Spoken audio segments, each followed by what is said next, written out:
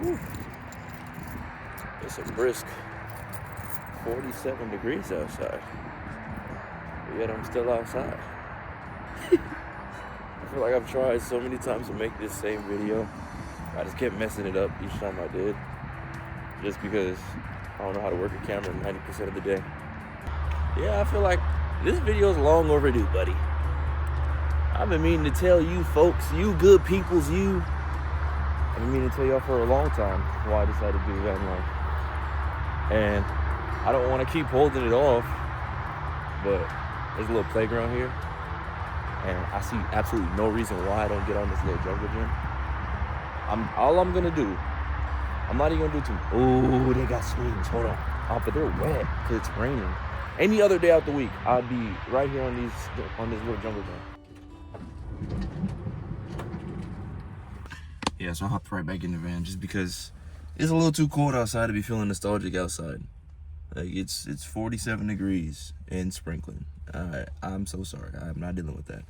So about 2 years ago, my life took a turn in a direction which I expected it and thought and really, really hoped that it should go.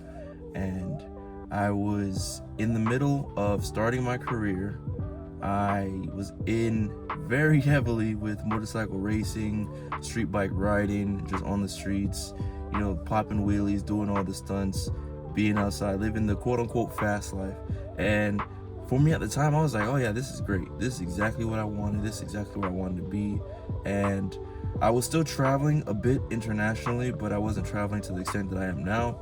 And so I was like, oh yeah, this is where I want to be. This is exactly what I want to be doing. Fast forward to the middle of the year, I realized pretty quickly that I was in a position that I had thought I wanted to be in, around people who I thought I was going to be around for a long time, and just going a direction that I thought was the one that I wanted for me and the one that was for me.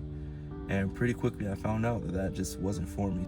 And I realized that the way that my life was moving, the track that it was moving at, I didn't need to be going at this pace. I didn't need to be in such a rush to get a great paying job, find a wife, settle down, buy a house, have some kids.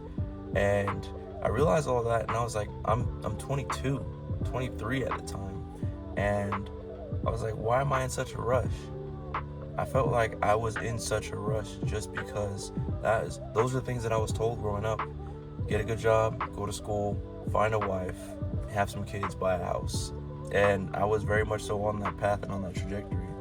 And as I've always been since I was younger, I've always been pretty high achieving. So I knocked all those goals out the way pretty quickly towards, going to school, getting my degree, going and finding a good job. I was blessed with a very good job before I even graduated from my university. And I was like, oh yeah, we're ready to go. It's time. And quickly into my career, I realized that, okay, I'm around people who've been working in this field, at this job, for the past 15 years, past 20 years, past 10 years. And they seem like, they're miserable.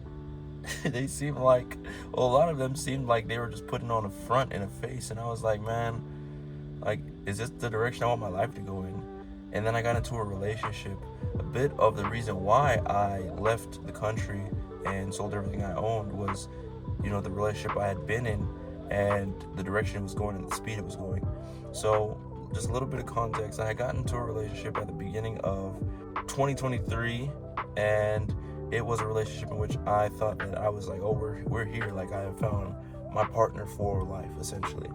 And without all the details, it just basically wasn't that. And I had overextended and overcommitted myself to a point of where I was just like, I don't want to be here in the States anymore, because I'm now correlating X, Y, and Z with the States, things that were going on with my job, things that were going on with the people that I had around me, things that are going on with my relationship. So I was like, you know what? It's time for me to go. And so I sold everything I owned. I had left the country, and I moved essentially to Colombia. And I was there with my sister, Melissa, who you guys may have seen last year, if you remember, if we've been around that long. We spent a lot of time together, and in that time, I was just like, I'm not ready to go back to the States yet, but when I am, how do I want to live? Because I don't want to be renting a house or an apartment again. I want to own something, and then on top of that, I want to travel, because I'm tired of feeling like I need to be in one spot. I'm tired of feeling stuck. Long story short, I got back to the US and I was like, I know what I'm gonna do. So I had bought a travel trailer, and I had this travel trailer. I spent so much time looking for it. I took out a loan to get it, and I bought this travel trailer, and it just sat. I was like, yeah, the idea sounded great, but if I wanted to be living in the same area, going to the same job, X, Y, and Z, how am I gonna make that happen? And I couldn't really make that happen because if I wanted to park it anywhere, I'd have to pay just about rent prices to park it. And so pretty quickly I found out that this travel trailer route wasn't gonna work. I sold the travel trailer. Next thing I know, square one. All right, well, I was gonna use the travel trailer, live out of the travel trailer while I built out a van. So how about I just circumnavigate that? Live somewhere, rent a room, and build out a van. That's what I did. I went on Facebook Marketplace and I found a van.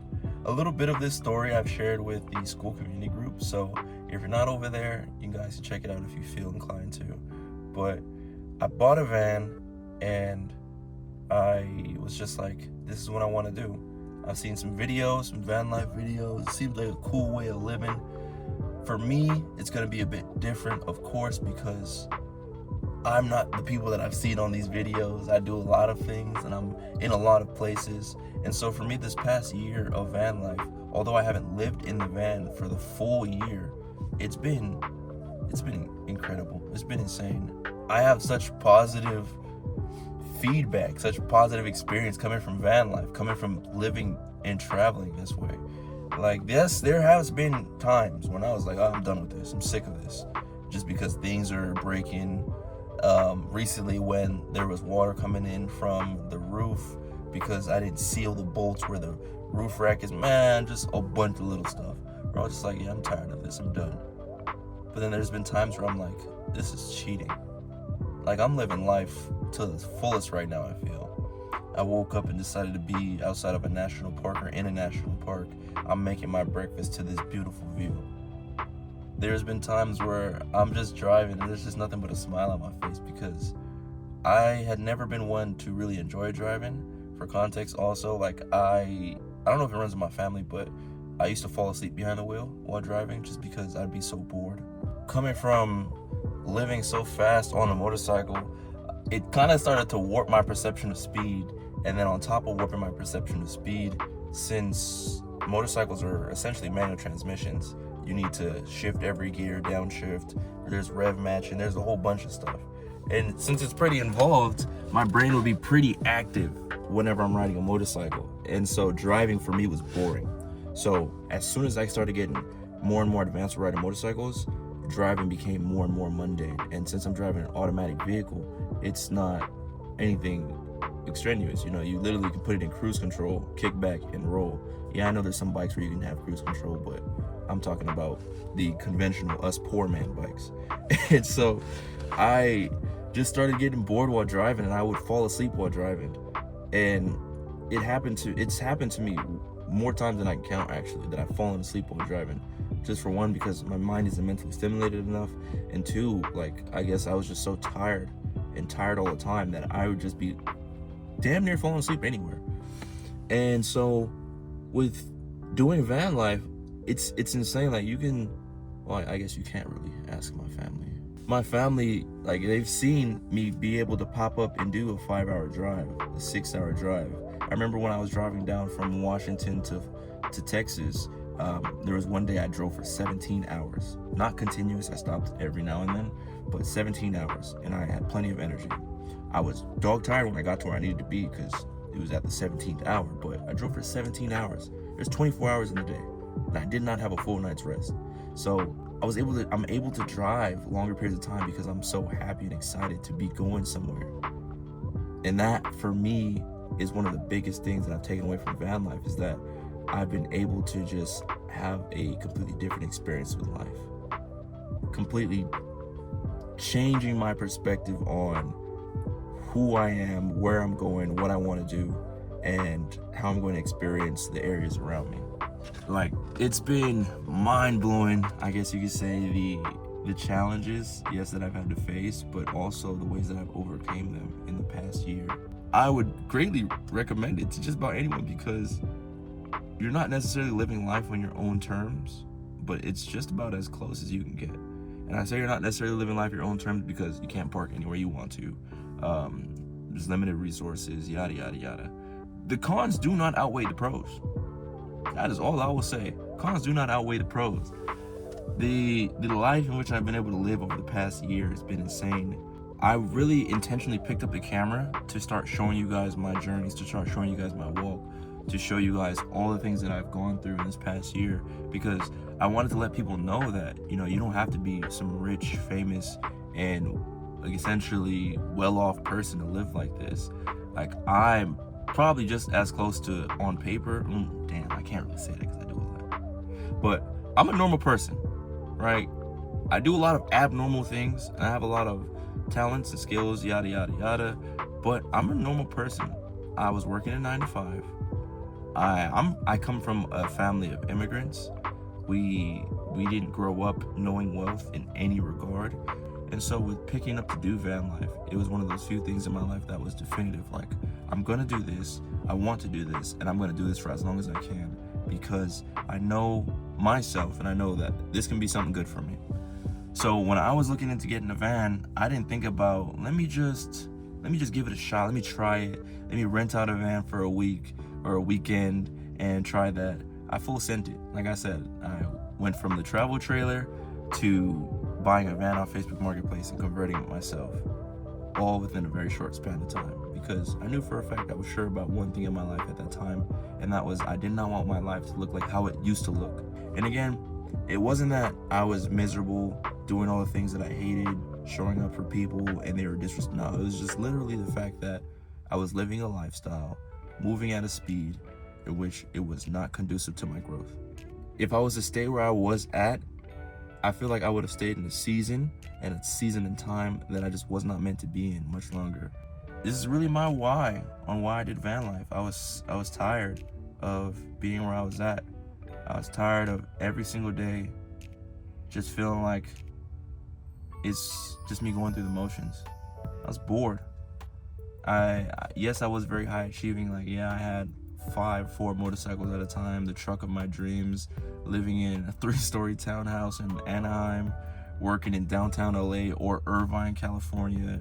At the time, I was with the girl that I thought I was going to marry. All of these things on paper sound like it's the perfect life for people, but I'm a living proof and living example of you can have everything you want and realize it's nothing that you need.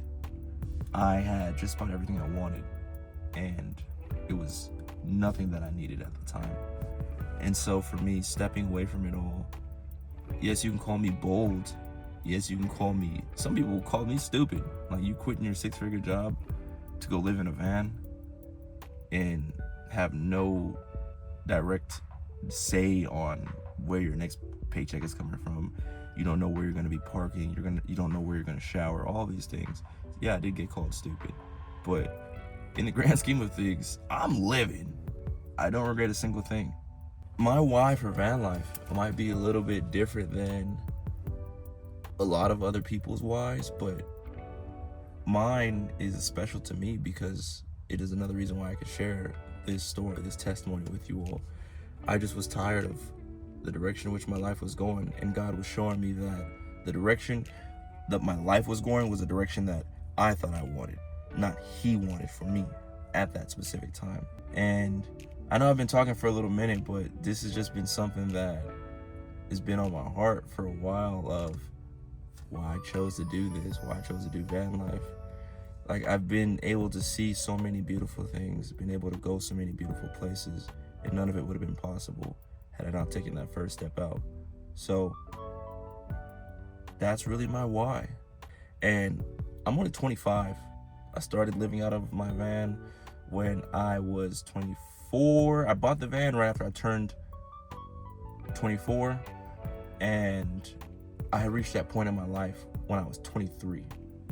So just to really show you how fast I was moving through life and knocking things off the board, it's just as quick as that my life has been transpiring. And it's a blessing, definitely, to be very, very high achieving, because you feel like you're doing something and going somewhere in life. But at times it may feel like a curse because you're knocking things off the board before you're ready, and I guess you could say, before you set up and are ready for the next step. And that was me. So I'm very, very thankful. I'm just gonna sit for a little minute and just really reflect on this past year.